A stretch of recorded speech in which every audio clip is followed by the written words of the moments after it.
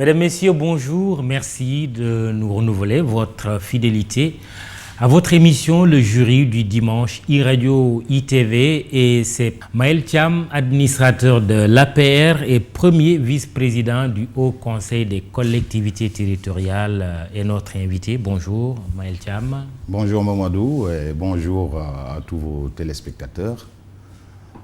Je suis ravi de participer à votre émission dans cette vaillante télévision qu'est ITV. Merci beaucoup. Accusé, levez-vous. Maël Thiam, c'est au tour de votre parti, l'Alliance pour la République, au pouvoir depuis 2012, d'être jugé. Pas seulement par vos adversaires politiques, mais par les citoyens qui vous ont élus, comme ceux qui ne vous ont pas accordé leur confiance. C'est la démocratie qui le veut ainsi. Mais c'est aussi et surtout l'ingratitude qui s'attache à l'exercice du pouvoir. Quels sont les arguments de défense de l'APR et de la coalition qui gouverne le Sénégal depuis 8 ans? Plaidez-vous coupable ou non coupable? Au début comme à la fin, un seul juge, le peuple sénégalais. L'administrateur de l'Alliance pour la République est appelé à la barre donc pour répondre à ces interrogations au nom d'un parti qu'on dit non structuré. Nous avons donc choisi de recevoir Maël Thiam qui, en plus de sa casquette partisane, est le premier vice-président du HCCT que feu Ousmane Tanor Dieng a dirigé, remplacé après son décès par Madame Aminata Mbengue Ndiaye. Titulaire d'un DSS en marketing et stratégie, professeur en management des organisations, Maël Thiam a été rédacteur puis assistant technique du programme de reconversion des anciens militaires du Sénégal, lui-même est ancien enfant de troupe. Il a travaillé pendant plusieurs années à Ouagadougou, notamment comme président du club des experts de la maison de l'entreprise du Burkina Faso. L'actualité sous-régionale, nous en parlerons dans cette émission. Bienvenue donc. Élu en 2012, le président Macky Sall a été réélu en 2019. À peine a-t-il digéré sa réélection, supprimé le poste de Premier ministre et formé un nouveau gouvernement que la pandémie de Covid-19 est arrivée avec ses conséquences économiques et sociales. Le Sénégal est comme déboussolé. C'est quoi le prochain cap, Maël Thiam? Merci Mamadou Ibra. Il me plaît aujourd'hui de parler du cursus de l'APR avec vous et naturellement aborder avec vous d'autres questions d'actualité. Alors, avant de parler du prochain cap, on peut revenir un peu sur la réélection du président Macky Sall en 2019, puisque vous parliez de jugement des Sénégalais. Je crois que c'est l'évaluation la plus pertinente qu'un peuple peut faire d'un président de la République. Et les Sénégalais l'ont plébiscité à plus de 58% dès le premier tour. Ceci ne me surprend pas au regard de tous les efforts qui ont été déployés, peut-être que nous y reviendrons, par le président de la République et son gouvernement qui n'ont pas perdu du temps après, n'est-ce pas, l'accession au pouvoir en 2012. Donc, je crois que nous réjouissons de l'intelligence et de la maturité des Sénégalais qui ont su évaluer les réalisations du président de la République. Mais il faut toujours remettre la légitimité à l'ouvrage. C'est quoi le prochain cap aujourd'hui? Parce qu'il semble qu'il y a une déconnexion entre les Sénégalais et vous qui exercez le pouvoir. Je ne pense pas. Je pense que c'est une mauvaise lecture. Vous savez, au Sénégal, nous sommes habitués à entendre des acteurs de la construction de l'opinion qui ne sont pas forcément représentatifs des Sénégalais. Je vous renvoie à tout ce qui se disait lors du référendum. Plus récemment, beaucoup disaient que le président Macky Sall ne passerait même pas au premier tour. C'est ignorer la maturité des Sénégalais. Je pense qu'aujourd'hui, les Sénégalais, dans leur écrasante majorité, sont plus que satisfaits si on se rend compte que le Sénégal ne se limite pas à Dakar. Mais ils attendaient de vous, ces Sénégalais, quand même que vous fixiez le cap après la réélection. Oui, le cap a été bien fixé. Le président de la République... C'est quoi?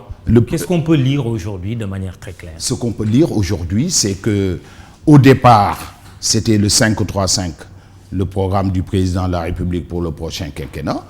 Maintenant, il y a une nouvelle donne qui est là, qui est donc la Covid que nous connaissons, qui a frappé toutes les économies du monde.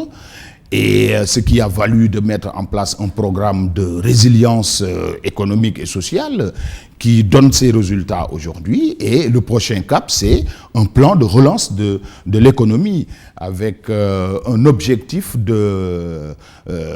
d'autonomie sur le plan sanitaire, sur le plan alimentaire.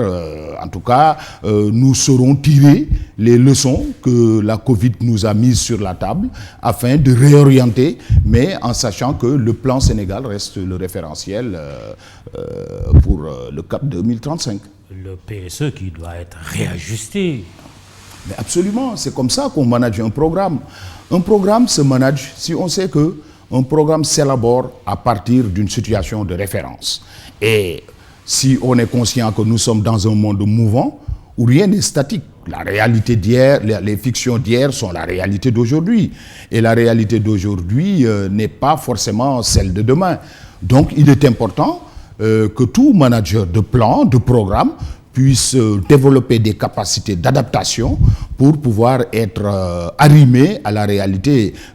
Il est normal que le plan Sénégal émergent, tout en restant le plan de référence, le plan de développement, de gouvernance de référence, il est tout à fait normal que ce plan Sénégal émergent soit adapté à la réalité notamment marquée par cette présence forte de la pandémie Covid. On va en reparler, le plan Sénégal émergent et surtout l'enjeu de son financement avec aussi la problématique de l'endettement. Mais parlons de ces querelles et autres injures qui sont aujourd'hui les choses les plus comme inattendues d'un pouvoir en temps normal, mais surtout dans une période de crise comme celle que le Sénégal est en train de vivre. Des sanctions sont tombées contre un des protagonistes, Moustapha Cissé Lo, exclu de votre parti, et non contre les autres. Le mal est déjà fait, c'est peut-être le constat qu'on peut faire. L'image de votre parti s'en trouve brouillée. Que faites-vous ou que comptez-vous faire, vous qui gouvernez le Sénégal, pour redorer votre blason? C'est regrettable ce que vous évoquez, mais c'est également inhérent à une organisation humaine. On ne gère pas les hommes de la même manière qu'on gère des machines et des robots. Nous sommes une organisation humaine. Y compris jusqu'à s'insulter. C'est regrettable. Vous savez, seulement, vous exprimez que des regrets. Nous sommes allés au-delà des regrets parce que vous savez, la commission de discipline a pris donc des mesures adéquates conformément au statut et règlement intérieur de notre parti. Mais je voulais tout simplement dire que, vous savez, que ce soit dans un parti politique, dans une association sportive, que ce soit même des fois dans certaines familles religieuses, nous n'avons pas tous la même capacité de gestion de nos émotions. Et nous sommes une organisation humaine qui n'échappe pas à ces écueils-là. C'est très regrettable que nous servions cela aux Sénégalais, mais cela ne saurait être le seul élément d'appréciation de la pertinence de la vision du président de la République, l'efficacité des actions gouvernementales, parce qu'in fine, c'est ça qui intéresse les Sénégalais. Oui, mais pourquoi Moustapha Cissé Lo est le seul à être sanctionné? Écoutez, nous sommes un parti politique qui a une organisation et des statuts et règlements intérieurs avec une structure appelée la commission de discipline. Je n'ai pas siégé à cette commission, quand bien même que sur instruction du président de la République, je suis d'office membre de toutes les commissions, mais celle-là, je n'ai pas siégé, mais je reste encore très solidaire des décisions de la commission de discipline. Alors, n'étant pas au fait des débats qui ont sous-tendu la décision prise, je ne saurais vraiment répondre clairement à votre question. Vous n'irez pas plus loin que je les n'irai sanctions pas. déjà je suis solidaire. prononcées. Je suis solidaire donc des décisions de la commission de discipline. Et pour nous, il est important que nul n'en ignore que nous devons nous arrimer à une ligne qui est régie par la discipline, par la solidarité, mais également par le travail, tel que l'indique d'ailleurs notre parti. Je ne vois pas de difficulté en cela. Vos alliés doivent être bouche bée au regard de ce spectacle. Ce ne sont pas que les alliés qui doivent être bouche bée, c'est tout Sénégalais. Absolument. Mais je suis au regret de constater que des proches du président de la République puissent s'adonner à des pratiques mais qui n'ont rien à voir avec les attentes des Sénégalais. Ça, nous le condamnons. Ce n'est maintenant de là à stigmatiser. Je ne pense pas que cela soit utile. Il y a eu des actions qui ont été menées par certains d'entre nous et ces actions ont été sanctionnées conformément au statut et règlement intérieur de notre parti. Le parti continue de poursuivre son bon chemin et Inch'Allah, nous atteindrons tous nos objectifs. Ibrahima Bousso, qui vous pose la question ou les questions suivantes, semble ne pas être convaincu. Il vous demande, l'APR n'est-elle pas en train de marcher sur les pas des partis historiques comme le PS et le PDS, où la guerre interne a fini par causer la perte du pouvoir? Que reste-t-il de votre slogan « La patrie avant le parti », une gouvernance sobre et vertueuse? Avez-vous le courage de nous tenir toujours le même discours? Question de Ibrahima Bousso. Oui, bien sûr. Parce que vous savez... Vous marchez tout droit vers la perte du pouvoir. Absolument pas. C'est le contraire. Vous savez... de toute façon, c'est fini en 2024, non? Vous savez... Ah non, absolument pas. Nos ambitions sont très loin de s'arrêter en 2024. Nous sommes un parti... Avec quel leader? Nous sommes un parti politique qui a l'ambition de garder très longtemps le pouvoir. Avec quel leader, le moment venu, croyez-moi, de la même manière que nous avions bâti un projet avec à la tête le président Macky Sall en 2012, c'est de la même manière qu'un autre projet sera bâti derrière un leader en 2024. Et nous sommes pas prêts. Macky Sall toujours. Mais je n'en suis pas. Ce n'est pas ça qui est important pour le moment. C'est une question importante. Donc, pour nous, non. Pour nous, c'est pas. Il a répondu à cette question. Le président de la République lui-même, il a répondu à cette question. Je pense qu'aujourd'hui... il a répondu en disant quoi? Que c'est fini en 2024? Non, il a répondu en disant qu'il ne dit ni oui, ni non en ce qui concerne sa candidature. Donc, un troisième mandat ou une troisième candidature n'est pas exclue. Mais le écoutez, président Macky Sall. Je pense que lorsque le président s'exprime, chacun a le droit d'interpréter à sa manière. Mais je pense qu'il a été suffisamment clair et les raisons qu'il a données ont convaincu plus d'un Sénégalais. Mais pour revenir un peu sur votre question, sur l'analyse ne la fuyez pas. C'est une question essentielle, le mandat. Je peux. Allons-y. Moi, ça ne me dérange pas de parler du troisième mandat. candidature du président Macky Sall. Mais écoutez, je pense qu'il a été assez clair. Oui. Il a été assez clair. Il a dit que pour le moment, il ne peut répondre ni oui ni non. Mais n'oubliez pas que la déclaration de candidature est personnelle. Seul celui-là qui veut se déclarer candidat peut dire si oui, il va être candidat ou pas. Et sa réponse a été très claire. Je pense que pour moi, je m'en tiens à ce qu'a dit le président de la République, qui est quand même un républicain achevé et qui a démontré tout son attachement aux principes républicains. Attendons le moment venu. Aujourd'hui, je crois que ce qui est plus important, c'est de se battre à éradiquer cette pandémie et puis à répondre aux multiples préoccupations des Sénégalais. Oui, revenons aux questions justement de Ibrahima Bousso. Que reste-t-il de vos slogans, la patrie avant le parti, une gouvernance sobre et vertueuse? Est-ce que vous tenez toujours le même discours? Ça fait beaucoup de questions en même temps. Ouais.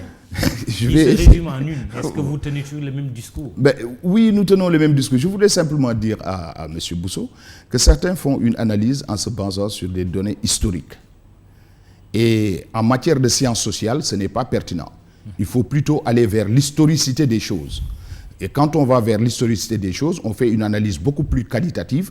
Qu'est-ce qui avait amené le PDS à entamer son déclin dès qu'il y a eu des conflits internes? Les contextes ne sont pas les mêmes. Il faut se rappeler que nous étions dans un contexte où les Sénégalais avaient de la répugnance à l'égard du régime qui était là. Ça, c'est d'abord une chose. La deuxième chose, c'est que le PDS était à sa phase de fin de maturité en termes de cycle d'organisation humaine. Nous n'en sommes pas là. Ah oui? Nous venons à peine d'engranger notre phase de maturité avec le deuxième mandat. En plus des injures que vous regrettez, il n'y a pas de l'arrogance aussi. Toutes choses qui ont été sanctionnées ici. En 2000, quand on parle du PS, comme en 2012, quand on parle du PDS. Vous savez, je ne vois pas quoi l'APR serait différente? Mais d'abord, ce que j'ai dit, parce que nous sommes un parti très jeune, d'une part. D'autre part également, nous avons un leader dont on n'a pas honte des résultats fournis. Au contraire, il a battu tous les records de tous les présidents que le Sénégal a connus, y compris même toute proportion gardée de ses compères de l'Afrique de l'Ouest. En témoignent les multiples félicitations que le Sénégal ne cesse de... Parfois, il n'y a pas que le bilan. Mais oui, il n'y a pas que le bilan. Mais il y a et le bilan n'est pas que matériel, il y a une dimension immatérielle aussi. Le ressenti des Sénégalais par rapport à certains comportements. Je suis tout à fait d'accord. Et je dis que nous ne pouvons pas confiner les réalisations du président Macky Sall à cette seule petite parenthèse. Je veux dire, quand bien même aussi grossière qu'on puisse penser, mais les Sénégalais évoluent autrement. Mamadou, vous pensez que les habitants de Sédhiou, qui de 1960 en 2012 n'ont pas connu 3 kilomètres de goudron, qui aujourd'hui voient les réalisations du président de la République. Vous pensez qu'ils mettraient les injures devant cet important effort en termes de développement? Vous pensez que les agriculteurs qui avaient toujours du mal à se faire payer et qui voyaient le prix de leur arachide dégringoler de manière vertigineuse et qui aujourd'hui sont payés à la balance avec une croissance du prix de l'agriculture, vous croyez qu'ils mettraient au-devant les injures? Tout dépend de la perception des faits. Mais bien sûr, mais je crois que la perception dépend du niveau de résolution des problèmes. Je ne veux pas théoriser la pyramide de Maslow, mais vous savez très bien que dans une population où la majorité est confrontée à des problèmes primaires, je crois que le seul élément de motivation, c'est de régler ces problèmes primaires-là. Et c'est ce que le président de la République a fait avec tout ce qu'on sait comme résultat. Les retraités qui n'arrivaient pas à joindre les deux bouts aujourd'hui applaudissent le président de la République. Et puis bien d'autres secteurs. La pyramide de Maslow va plus loin, oui, puisqu'on est dans le management. Oui, la pyramide de Maslow va plus loin que la satisfaction des besoins primaires. Mais absolument, mais c'est que si on fait une segmentation de la population, ceux-là qui sont au plus haut niveau de la pyramide de Maslow et qui se déversent sur une sensibilité perception, c'est un micro-segment au Sénégal. Très bien. L'invité du jury du dimanche iRadio ITV est Mayel Thiam, administrateur de l'APR et premier vice-président du Haut Conseil des collectivités territoriales. Un gouvernement d'union ou de majorité élargie pour rompre la solitude du président, certains le pensent. L'hypothèse est-elle sérieusement envisagée? Bon, d'abord, le président de la République n'est pas seul. Nous sommes toute une équipe qui l'a accompagné. Il n'a jamais dit Abdoulaye Makhtar Diop, grand seigneur de Dakar, je n'ai pas cette capacité de savoir ce qui a été dit à un entretien dont je ne suis pas convié. Mais ce que je peux dire tout simplement, au regard de ce que je sais et que j'observe, nous sommes plus que jamais solidaires autour du président de la République, avec nos alliés. Je ne pense pas. Maintenant, gouvernement d'union, gouvernement d'ouverture, j'aime toujours rappeler que le président de la République a adopté un mode de gouvernance par l'ouverture depuis son accession au pouvoir. Je ne reviens pas sur Benno Bokk Yakaar, je ne reviens pas sur le processus d'élaboration du plan Sénégal émergent, je ne reviens pas sur la mise en place de la Commission nationale des réformes, des institutions, la Commission nationale de réforme foncière, etc. Ce sont toutes des pratiques qui sous-tendu par une ouverture. Maintenant, aujourd'hui, si vous voulez, moi je vois les choses autrement. Je dis, ben, tant mieux, je suis très fier. Si ceux-là qui étaient jadis opposés au président de la République, pour X raisons que ce soit, aujourd'hui sont convaincus de la pertinence de sa vision. Oui, certains de ses opposants disent, s'il fait appel à nous, nous n'excluons pas de travailler avec lui. Mais est-ce que l'option aujourd'hui, au niveau du pouvoir du président de la République, c'est d'aller vers un gouvernement plus élargi? Il l'a toujours fait. Oui, ma question là, elle est précise. Non, mais elle est précise, Mamadou, oui. Je suis d'accord, mais je veux simplement vous dire que ce ne sera pas un événement. Il a toujours pratiqué l'ouverture, c'est ce que je veux dire. Donc, et jusqu'à présent, il reste fidèle à sa vision. Donc, il est, si vous voulez que je réponde clairement, ben, le président de la République est prêt à travailler avec quelques Sénégalais que ce soit, en fonction de son expertise, mais il est le seul, n'est-ce pas, à avoir la prérogative de nommer les Sénégalais aux postes militaires et civils. Mais sachez que dans l'esprit, le président de la République a toujours adopté une posture d'ouverture à tous les Sénégalais.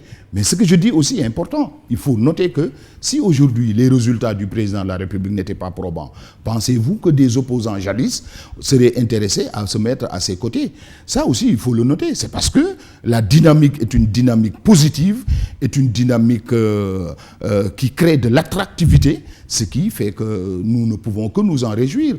Et le président... Les opposants dans le prochain gouvernement, éventuellement, c'est possible. Vous savez, nous avons eu des opposants farouches quand on était dans Benno Siggil Sénégal et qui sont dans le gouvernement dès l'accession du président de la République. Aujourd'hui, c'est également une hypothèse sérieuse. Mais écoutez, si le président de la République juge qu'il y a des Sénégalais dans l'opposition et qui ont des capacités dont il a besoin, il le fera.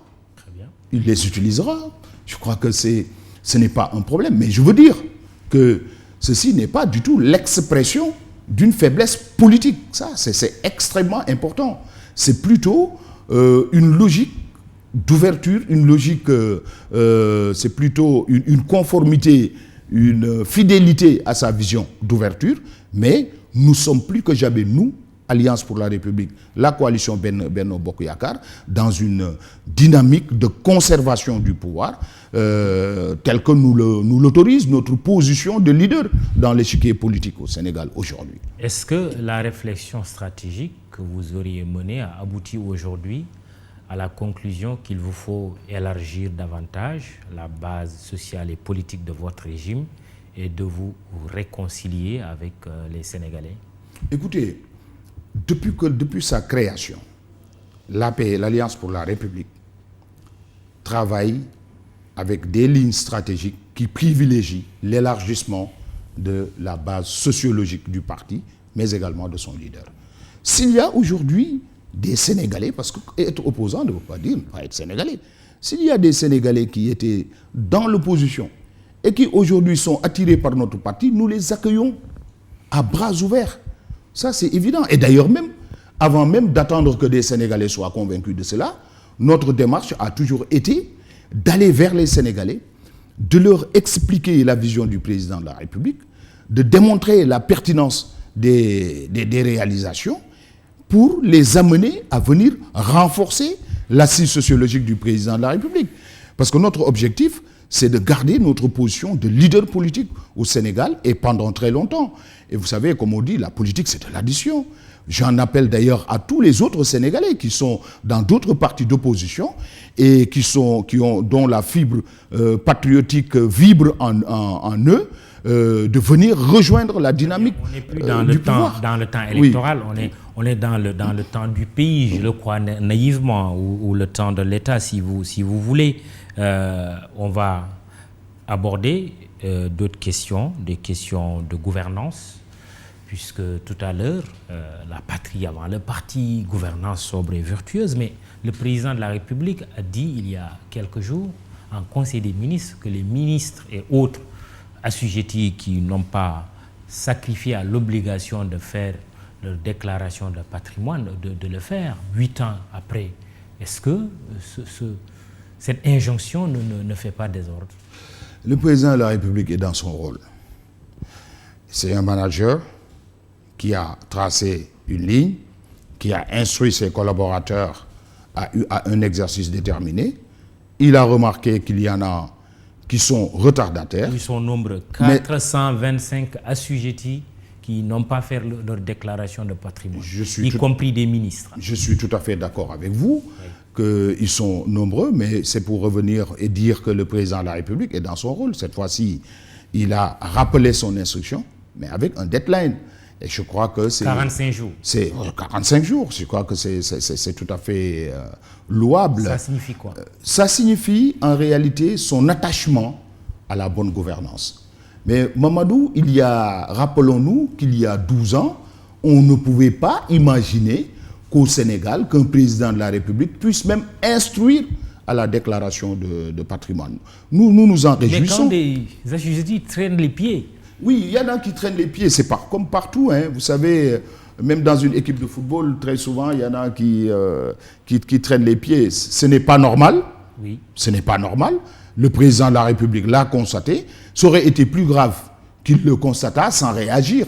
Mais quand le président de la République l'a constaté, il a instruit en donnant un deadline. Je crois que pour les récalcitrants, passer ce délai.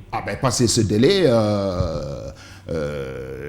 il prendra les mesures qui lui semblent les plus idoines, mais dans tous les cas, il reste arrimé à cet exercice, l'obligation, n'est-ce pas, à cet exercice-là. Lui-même l'ayant fait dès son accession au pouvoir. Donc il n'est pas question qu'il y en ait un seul qui soit de l'administration ou qui soit du gouvernement assujetti à cet exercice-là et qu'il ne le fasse pas. Ce sera inadmissible et le président de la République l'a dit et il sera rigoureux quant aux mesures, quant aux conséquences à tirer d'une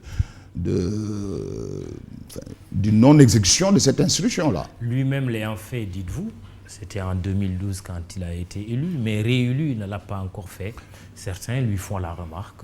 Qu'attend Monsieur le Président pour faire une seconde déclaration de patrimoine? Je pense que, au regard de l'esprit qui a sous-tendu à la déclaration du patrimoine, je ne pense pas utile que le président de la République soit obligé de le faire au deuxième mandat, parce qu'il est encore président de la République. Parce que l'esprit, c'est quoi? C'est de pouvoir faire une évaluation entre le patrimoine d'entrée et le patrimoine de sortie. Mais pour le moment, seul le patrimoine d'entrée est une constante. Voyez? On l'a appelé président sortant lors de la campagne électorale de 2019. Il a été réélu, donc il entre à nouveau.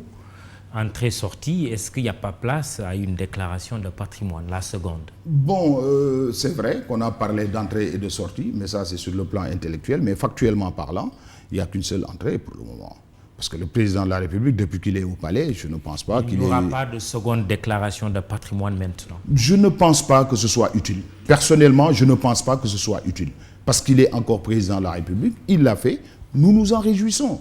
Parce que quand même, c'est la preuve de son attachement à la démocratie, son attachement à la bonne gouvernance. Et nous devons nous en réjouir en tant que Sénégalais. Maintenant, attendons à sa sortie qu'il fasse une deuxième déclaration de patrimoine pour pouvoir en ce moment-là se prononcer. Alors, on rappelle l'enjeu de cette déclaration de patrimoine, c'est devant l'Office national de lutte contre la fraude et la corruption, l'OFNAC, tout assujetti, c'est-à-dire les institutionnels, président de l'Assemblée nationale, premier questeur, Premier ministre, même si le poste a été supprimé, président des autres institutions comme le Conseil économique, social, environnemental, le Haut Conseil des collectivités territoriales dont vous êtes membre, les ministres, mais aussi ceux qui gèrent les ressources de l'État d'un montant d'au moins 1 milliard de francs CFA par an. C'est ça. Vous vous êtes enrichi. On a des ministres milliardaires aujourd'hui, des directeurs généraux milliardaires. Des remarques sont faites également sur la fortune du président de la République. Quelle est votre réponse? Vous savez, le Sénégal, c'est un pays où on aime accorder une importance à la rumeur. Il est difficile de se prononcer sur la richesse d'une personne. Personnellement, je suis au regret de ne pas pouvoir me prononcer là-dessus. Maintenant, s'il y a des signes extérieurs de richesse qui sont constatés... Justement, oui. S'il y a des signes extérieurs de richesse qui sont constatés... Et qui est la raison d'être la Cour de répression de l'enrichissement illicite. Oui. À mon avis, je pense que la CREI fait son travail, à mon avis.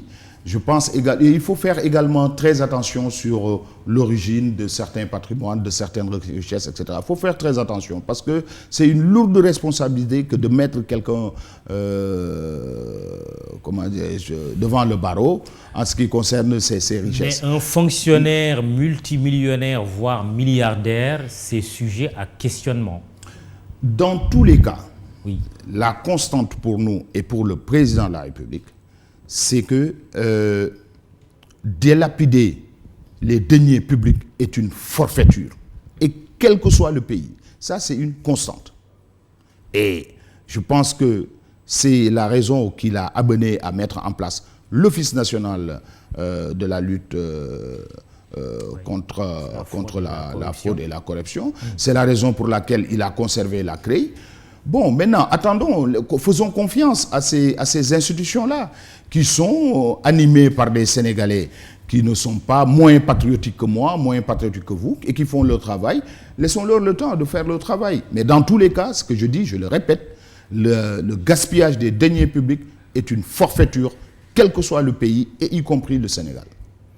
Très bien. Les rapports des corps de contrôle aussi, on parlait de l'OFNAC, mais aussi il y a l'inspection générale d'État, la Cour des comptes, mais l'IGE, puisque l'IGE vient de publier il n'y a pas longtemps les rapports 2016, 2017, 2018, 2019. Quelle est la philosophie ou la leçon qu'il faut tirer de tous ces rapports qui sont aujourd'hui entre les mains du président de la République? Moi, d'abord, je félicite ces vaillants Sénégalais qui ont la charge de contrôler nos institutions et les structures et les démembrements de l'État. Ce n'est pas un événement que l'IGE livre ses rapports au président de la République. La lecture que nous en faisons, c'est une lecture très sereine, n'est-ce pas? À savoir que, d'une part, nous avons une institution de contrôle et de conseil du président de la République qui a fait des constats consignés dans un document, livré au président de la République. Je pense qu'il faudrait que nous puissions donner aussi un temps au président de la République de lire ce rapport-là, mais également... Mais qui invite dans un premier temps à l'introspection, alors que parfois on l'attend aussi sur le terrain des sanctions. Oui, mais ça c'est... La sanction indique qu'on aille vers les détails. Il a un point de vue global sur le rapport global qui a été synthétisé dans un document qu'il a eu le temps de lire. Et au regard de cela, il lui revient, lui, de rappeler à l'introspection. Ça, c'est de manière générale. C'est une consigne générale. Maintenant, en ce qui concerne l'exploitation des détails du rapport, mais il a besoin de temps. On a besoin également d'écouter ceux-là qui seraient épinglés dans ce rapport-là. La société civile, on les a entendus cette semaine, notamment le Forum civil et l'ex-Africa, dire que d'abord, les enquêtes de l'IGE sont sélectives. Il y a d'autres structures qui auraient dû être également contrôlées, en donnant l'exemple, entre autres, du PUDC, mais aussi de regretter qu'il y a une certaine sélectivité dans les sanctions. Le fameux Kumbandei, Kumba Amundei, comme on le dit chez nous en Wolof. Vous savez, chacun peut s'exprimer comme il veut sur cette affaire-là. Mais il faut savoir que la gestion du pouvoir ne procède pas de cette manière. La gestion des hommes de manière générale. Même quand on est directeur d'une entreprise, on ne va pas prendre la décision, n'est-ce pas, au premier signal d'un geste d'un collaborateur. Ce n'est pas ainsi. On ne procède pas ainsi. Je crois qu'il faudrait également que cette même société civile-là ait du respect à ces Sénégalais-là qui seraient appelés à répondre de leurs faits et gestes ou de leurs actes de gestion. Et jusqu'à présent, ces Sénégalais ne sont pas interpellés et ils devront être interpellés pour être justes. Maintenant, de parler de sanctions sélectives, je ne crois pas. Ce qui est important, c'est de montrer aux yeux des Sénégalais que tel acte est passible d'une telle sanction et ce qui a été fait. Et je pense que c'est ça qui est important. Oui, mais bon, le constat, c'est que jusqu'ici, aucun membre du pouvoir n'a eu maille à partir avec la justice sur ces questions de rapport. Mamadou, c'est une mauvaise lecture. Oui. C'est une mauvaise lecture. Quoi, la bonne je lecture? connais Oui. des responsables de l'Alliance pour la République qui ont été emprisonnés pour de mauvais actes de gestion. Ah oui. Maintenant... Bon, un exemple, oui. Je peux être trahi par ma mémoire. Nous devons être respectueux de la dignité de ces gens-là, je sais qu'il y a des personnalités qui sont allées en prison. En tout cas, ma mémoire, là, elle est fraîche sur ce cas précis. Oui. Karim Ouad, Khalifa Babacar Sall. Et souvent, le constat fait par l'opinion, ou en tout cas une certaine opinion, c'est que c'est sélectif. Si vous avez des contre-exemples, vous pouvez les donner. Vous savez, vous parlez de ces personnalités-là, c'est vrai, qui ont été en prison, mais dont le procès avait tourné en un procès d'opinion sur la volonté de ces personnalités-là, ce qui n'est pas le cas pour les autres. Et il n'y a pas que des gens de l'APR, il y a des personnes, membres de l'administration sénégalaise, qui ont subi des sanctions, n'est-ce pas, liées à des actes qu'ils ont posés dans l'exercice de leurs fonctions, mais qui ont tout simplement répondu à l'appel des juridictions, mais dans la plus grande discrétion. Mais qui pose un acte, en tout cas, répréhensible par la loi, et qui invite les Sénégalais à un procès d'opinion, forcément, confectionne la célébrité de sa sanction. Jury du dimanche, Radio ITV, Mayel Thiam en est l'invité. Il est l'administrateur de l'APR, parti au pouvoir, et premier vice-président du HCCT. On va évoluer un peu sur la question foncière. Pourquoi le gouvernement n'applique pas les conclusions de la Commission nationale de réforme foncière du professeur Moustapha Souran? Aujourd'hui, on parle des terres de Ndengler et d'autres terres. D'abord, il faut se féliciter que le président de la République ait commis le professeur Souran dans le cadre de la Commission nationale des réformes foncières. Il faut s'en féliciter. Mais, Mamadou, entre des recommandations et les modalités d'application des recommandations, il y a à boire et à manger.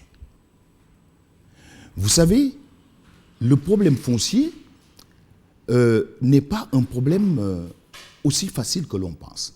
D'ailleurs, le Sénégal vacille entre de multiples décisions depuis la loi 1964 sur le foncier. Les recommandations, je prends un exemple. L'une des recommandations de la Commission nationale de réforme foncière est d'aller vers un droit réel. Mais comment appliquer ce droit réel-là? Sur les modalités de savoir comment est-ce que on va appliquer le droit réel, quels vont être, n'est-ce pas, les rôles des collectivités territoriales, quelles vont être les modalités de transmissibilité de ces terres, et bien d'autres questions. Faisant le constat qu'il y avait un faible pourcentage de Sénégalais qui détenaient un titre foncier. Oui. 5%, je crois, à peu près. Oui, nous sommes dans un pays où le foncier national l'emporte sur les titres fonciers. Mais maintenant, pour basculer vers les titres fonciers, je vous donne un exemple. Aujourd'hui, il y a des éléments, il y a des entrepreneurs qui seraient prompts aujourd'hui à aller acheter à vil prix les terres des paysans si jamais on avait basculé vers le droit réel. Donc il y a énormément Est-ce que sur le cas de Ndengler, vous estimez que Sedima n'aurait pas dû aller jusqu'à un titre foncier sur 300 hectares qui ont été octroyés par la commune ou la collectivité locale de Sindia, qui était communauté rurale, passée entre-temps commune? Oui. Ce que je peux dire, c'est que l'histoire de Mban, de Ndengler. D'abord, je parle de Mban, parce qu'on parle de Ndengler. Okay. C'est pour dire que ce problème est récurrent. L'histoire de Mban a connu un mort d'homme. Alors, la manière dont on a résolu le problème de Mbane doit être une leçon pour les affaires à venir. Parce qu'il n'y a pas que cette affaire de Dengler-là. Il y a d'autres qui ne sont pas peut-être encore mis sur la place publique, mais qui vont venir. Et je crois que la règle qui doit prévaloir, pour autant qu'aujourd'hui, la législation dans ce domaine-là n'est pas suffisamment claire, c'est la concertation. C'est entre Sénégalais. Tant que c'est entre Sénégalais, je crois que nous devons privilégier la concertation en prenant en compte la nécessité d'exploitation de nos sols.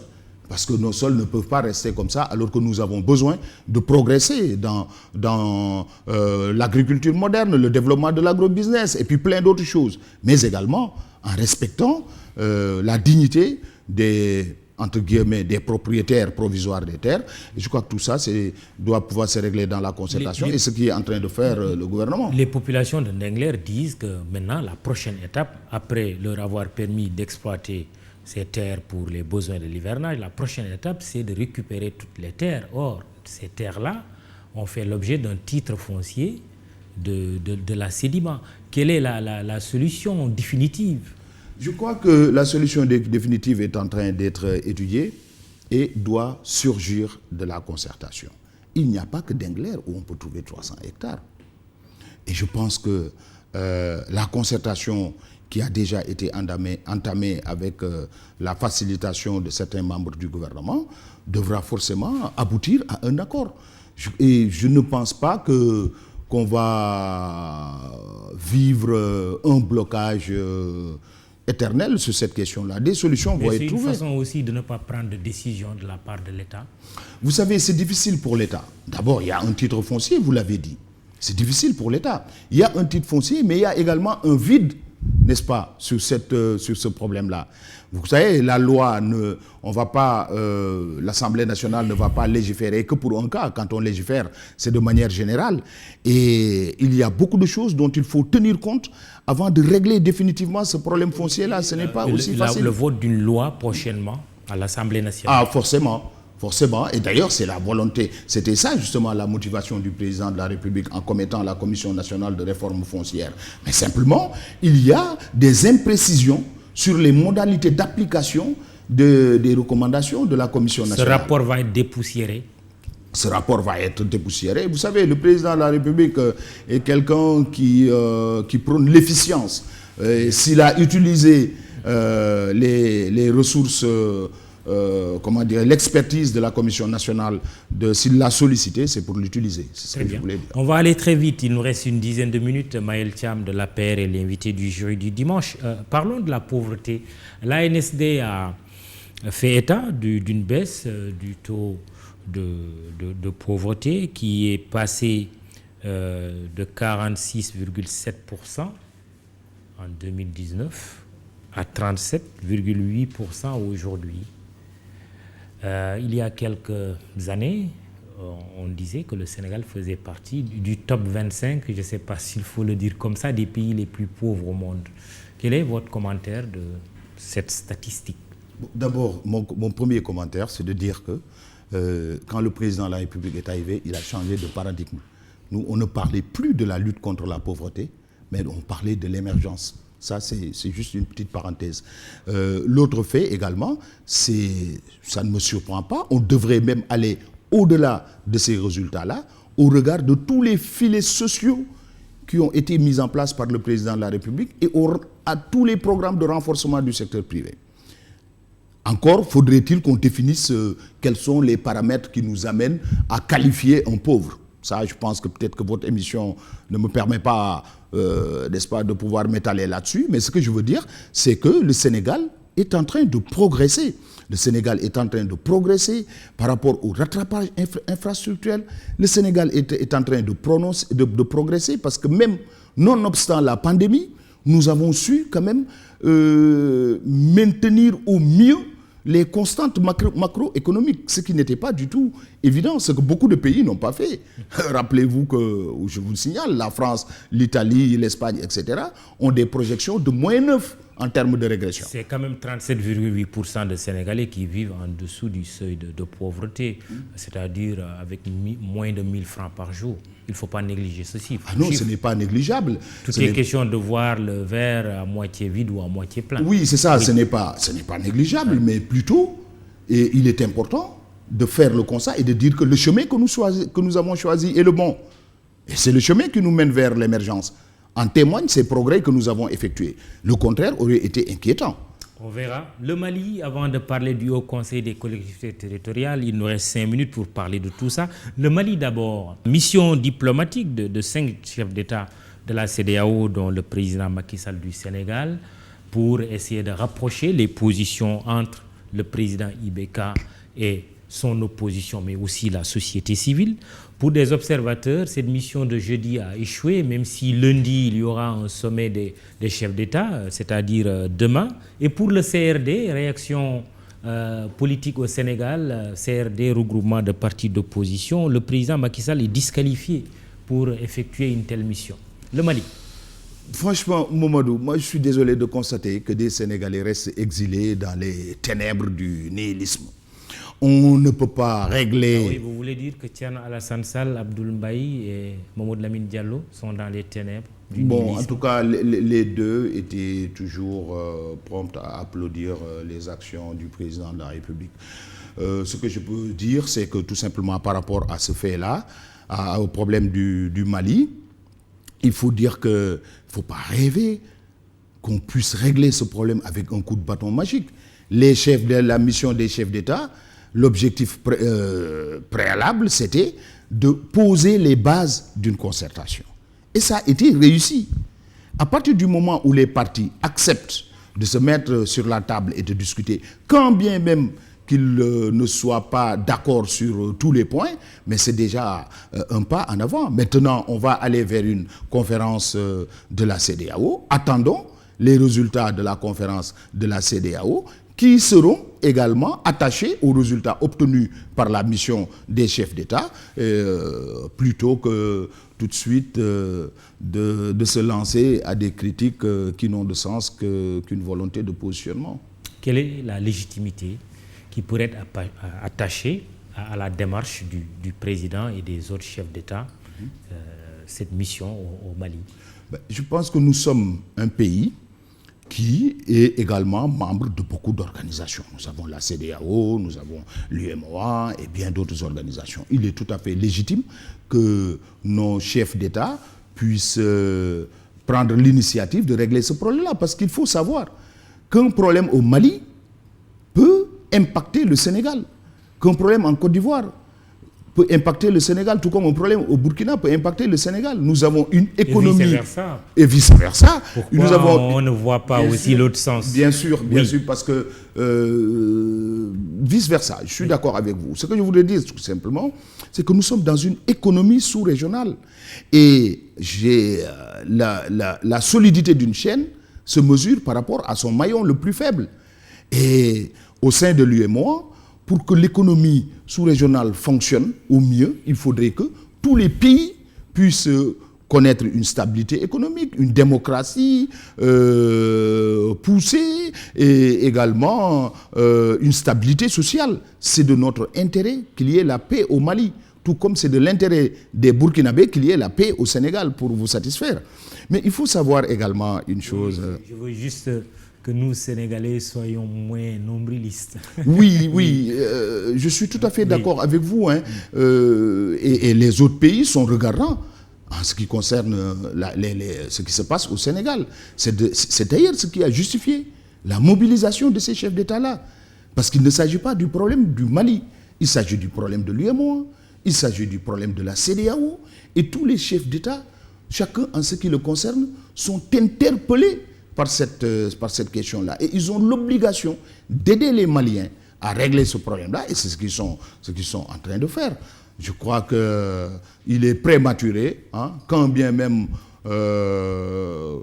qu'on veuille réduire la perte vertigineuse de vitesse de certains hommes politiques sénégalais qui auraient pu quand même se priver de faire ce commentaire-là, parce qu'il s'agit du président de la République du Sénégal. Peut-être que quand on est à l'intérieur du pays, les enjeux politiques peuvent nous amener à des débats de ce genre-là, mais aujourd'hui, il s'agit du président de la République qui est allé au nom du Sénégal pour aller au secours d'un pays frère qui est dans des difficultés. Il devait quand même s'abstenir de faire ce genre de déclaration. C'est dommage, mais c'est la preuve, encore une fois, de l'esprit qui sévit dans cette organisation-là. La question malienne à suivre donc à l'occasion de cette rencontre des chefs d'État de la CEDEAO lundi. Nous allons terminer par une question nationale. Le Haut Conseil des collectivités territoriales, Mayel Thiam, vous êtes le premier vice-président de cette institution et on va écouter pour finir cet auditeur qui vous interpelle sur le HCCT.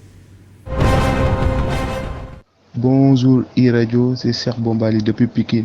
Monsieur Thiam, au moment où beaucoup de nos concitoyens déplorent la pléthore de nos institutions, vous, en tant que vice-président, que pouvez-vous nous dire pour nous convaincre de l'utilité du HCCT?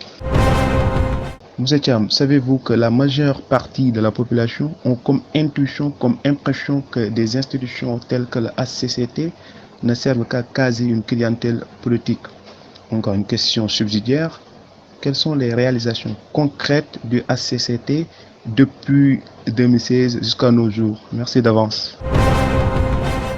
Le Haut Conseil des collectivités territoriales.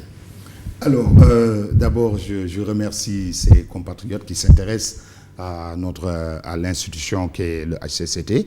Je voudrais tout simplement leur dire que le HCCT ne saurait être un cadre de placement de quelques clientèles politiques. Parce que d'abord, il était partie intégrante, il était partie intégrante du programme du président de la République.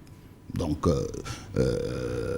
premier élément. Deuxième élément, le HCCT fait partie des directives de la CEDEAO. Donc, tous les pays de la CEDEAO, n'est-ce pas, sont appelés à mettre en place au Conseil des collectivités territoriales. Cela prouve d'ailleurs la pertinence du Haut Conseil des collectivités territoriales. La question qui se pose, c'est d'abord quand même l'argent que ça... C'est 6 milliards au budget du Sénégal, mais aussi, que faites-vous? Quels sont vos résultats? D'abord, quand on balance comme ça 6 milliards, ça peut faire peur. Mais chiffre pour chiffre, je pourrais dire que si on arrive à économiser 15 milliards avec l'audit de la fonction publique, on peut se permettre quand même d'en consacrer 6 pour s'arrimer à une directive d'une organisation dont on est membre. Qu'à cela ne tienne.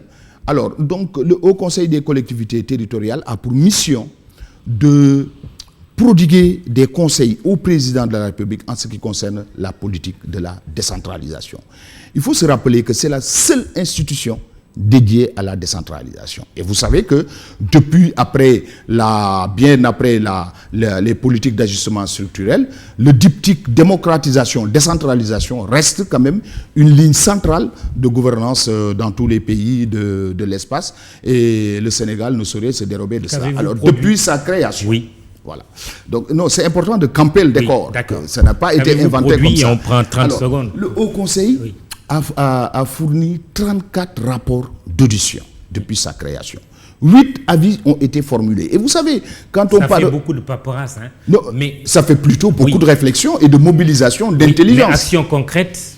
L'action concrète, aujourd'hui, si on parle de la fonction publique locale, ça faisait partie des avis du Haut Conseil. Aujourd'hui, nous sommes en train de travailler pour la prochaine session sur la fiscalité des collectivités territoriales. Et c'est ça, justement, les goulots d'étranglement, n'est-ce pas, de la décentralisation que le Haut Conseil a pour mission de défricher.